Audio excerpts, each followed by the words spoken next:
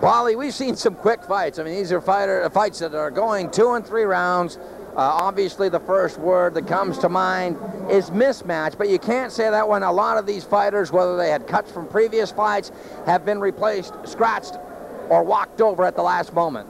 Yes, and we saw some good fights and we saw some bad ones tonight. And this previous fight we just saw, the Little Rock had to take his opponent out, as you saw. He was getting weary, tired.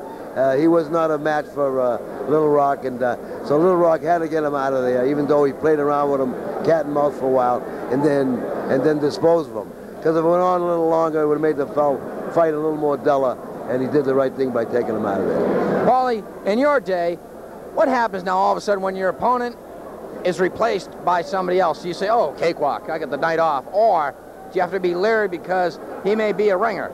Well, not only that, when he's a ringer, you're in the ring anyway, and but the only thing is, when you're fighting a certain opponent, you're built up for him, his name, you got a little checkout on him, and all of a sudden they pull in a different fighter, and it changes your whole body chemistry, because you don't know him. It's like a shock to you. You're not fighting the guy you built up in your head in, that you were fighting in your mind, in your training camp and everything. So it does psych a lot of fighters out. And if you notice, in the past in boxing, some of the greatest upsets in the world were fighters who were scheduled to fight and didn't fight, and the guy they threw in, the mystery opponent, happens to win and upset the champ. So you can't take it, folks. The moral of the story is you can't take your opponents lightly. So it goes to show you that psychologically it does affect a man's ability, and that's one thing that Cassius Clay always played on his opponents, psyching them up before fights, yelling at them, getting them all revved up before the weigh-ins, and just like the Pazienza and Durant fight, Durant knows what he's doing. He's getting that kid so upset and so angry that he may stumble over himself, and that's Durant's way of doing things. Next up, Paulie, we have a super middleweight matchup at 165 pounds. Carlos the Hitman de Jesus, and I think they call him the Hitman because he punches, and he's from Taunton, facing Greg Cadiz from Hartford. And now Cadiz is 10-10, and de Jesus is 9-4. That tells me we could be here all night with that next fight when you have two, as you say, seasoned veterans that know how to hang in there. Guys that know how to lose. Well, let's put it this way. You got two good seasoned fighters out there. But like you say, if you got a guy that can really punch, well, anything can happen. And like I say, the fight could be over very early. We've had some exciting fights tonight, and we had some dull ones. I hope this next fight is one to boost up the crowd a little bit and excite them a little bit, and show boxing skills a little more in a fashionable way, and to make this night a good boxing exhibition night, you know. What goes through your mind, Paulie? You're literally 2 minutes away from your fight. What are you thinking? You can't remember. Well, you're thinking, yes, you're thinking of your opponent, getting up in that ring, thinking of what you're going to do in there. You're sort of rehearsing everything over and over in your mind, and like a film going off. And when you get out there, you actually execute those things on your opponent that you were thinking about and prepared in your mind all the time. Now, coming into the ring, of course, you work up a sweat in your locker room. You get salved down or Vaseline down. Your trainer offers you some last words of encouragement. And then after that, nobody can help you. You're on your own, Jack. Yep, you're on your own. You know, you have your own little strategies, and when you come out in the opening bell, you have certain things fighters do. As soon as the bell rings, you come out fighting. Some guys have a little tactic they do. Throw a left hand and a shot to the belly. I always like to do, drop right down. Land the first punch is always the best thing, because when they get in the ring, before the bell rings, they're cold, they're nervous. You are, he is. And sometimes that first solid punch that hits you, most times knocks you down and takes your opponent out. It worked for me for quite a while until they caught up to me. Speaking of which, you hold the record for the most amount of knockouts in the shortest time period. The record that some have tried to dispute, and we've talked about this, it's physically impossible.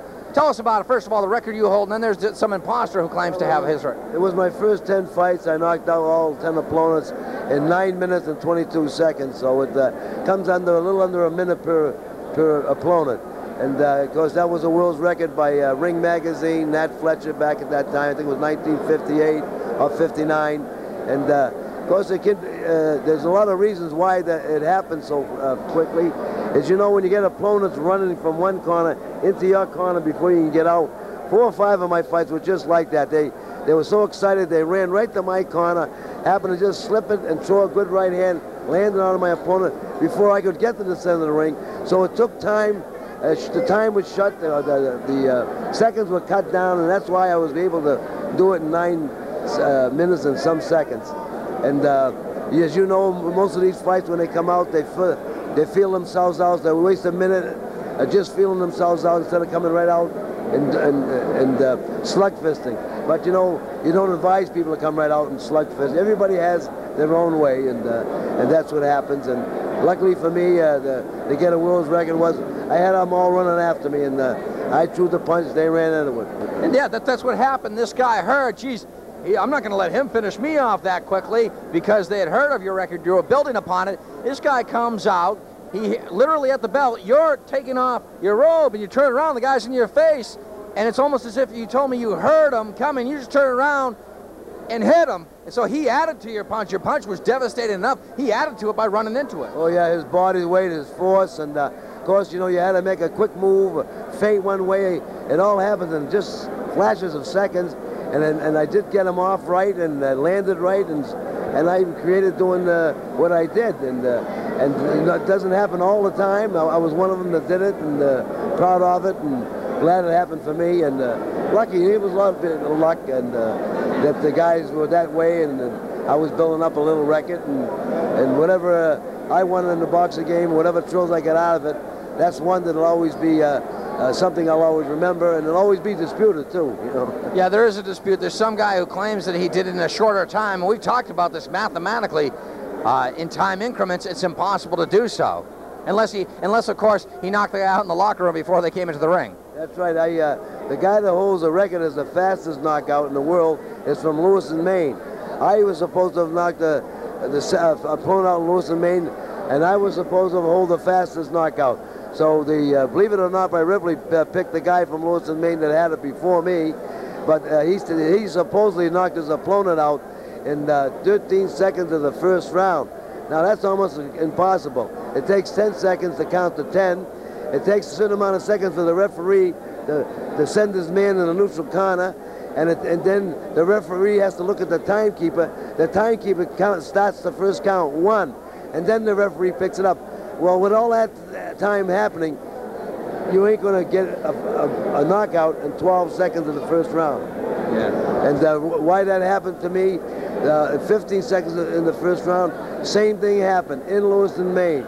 I'm taking my robe off. The bell rings, instructions were given. The opponent ran. He was from Connecticut. As fast as he could to get to my corner. I turned around. He was a southpaw, and I didn't even get out of my corner. I faked the left hook. He was a southpaw. He dropped it right and threw a vicious overhand right, hit him right on the lug with his body weight. He went up about 3 feet in the air, hit the deck, and he was gone. And I didn't have to go back to a neutral corner. I was already in my corner.